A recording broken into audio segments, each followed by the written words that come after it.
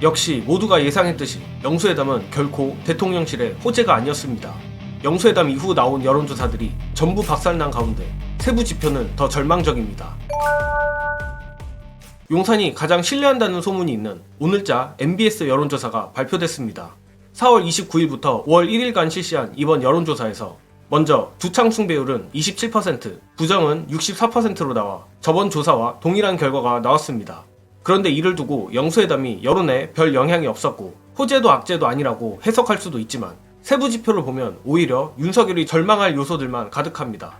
일단 총선이 끝난 직후 실시된 저번 조사에선 선거 결과 실망감에 보수층이 응답을 많이 하지 않아 진보 보수 중도 모두 균형 잡힌 이념 표집이 됐었습니다. 하지만 선거 이후 시간이 다소 흐른 이번 조사에서는 여지없이 진보층이 줄고 보수층이 진보층에 비해 소폭 많아졌습니다. 즉 여론조사 응답층 조건이 더 나아졌음에도 같은 지지율이 나온 거라 사실상 하락이나 마찬가지이며 특히 눈여겨볼 점은 저번 조사 대비 모름, 무응답층이 눈에 띄게 늘었다는 것입니다. 총선 대승이 일종의 컨벤션 효과임을 감안하면 이번 조사에서 진보층이 줄어드는 것은 자연스럽지만 마찬가지로 진보 응답자가 줄어든 만큼 일정 정도 보수 응답자도 늘어야 정상입니다. 그런데 이들이 중도나 모름, 무응답으로 이동해버렸다는 건 보수층이 와해되고 있다는 뜻입니다.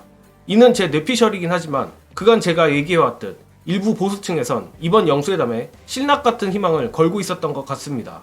하지만 이번 영수회담을 통해 윤석열의 불통만 부각됐고 오히려 이재명 대표에게 얻어터진 것을 보며 마지막 기대조차 거둔 게 아닌가 합니다. 그리고 극히 일부이긴 하겠지만 영수회담 자체에 불만을 가진 극우층도 윤석열에 대한 지지를 철회한 것으로 생각합니다. 또한 단순히 윤석열 지지율뿐만 아니라 절망적인 신호는 다른 무당들에서도 나타나는데 한 달에 한 번씩 조사하는 국정 방향성 평가는 지난 조사 대비 11% 폭락하며 역대 최저치를 경신했습니다. 이는 깡통 영수회담 탓도 있을 것이고 민심과 동떨어진 거부권 포갑을 지속하고 있는 것이 숫자로 나타난 것일 텐데 여기에 대통령실 입장에서 더욱 암울할 수밖에 없는 것은 최혜병 특검 찬반 여론입니다. 이번 조사에서도 최혜병 특검법 찬반에 대해 찬성 67%, 반대 19%로 압도적인 수치가 나왔습니다. 윤두창이가 빵에 갈 각오를 하는 게 아닌 이상 최혜병 특검은 받을래야 받을 수 없을 텐데 결국 국민의 67%와 힘겨루기를 하는 꼴이며 반대로 민주당으로선 절호의 기회를 잡은 것입니다. 서두에 말씀드렸듯이 대통령실이 가장 신뢰하는 여조는 MBS고 그 다음이 갤럽이라는 소문이 있습니다. 그 MBS에서도 숫자가 이렇게 나와버리니 대통령실로선 도저히 희망이라고는 찾아볼 수가 없는데 다만 분명 이들이 이대로 죽지는 않을 겁니다. 역시나 윤두창이는 할 줄 아는 게 사냥이니 사정정국으로 이 위기를 타개하려 들 것입니다.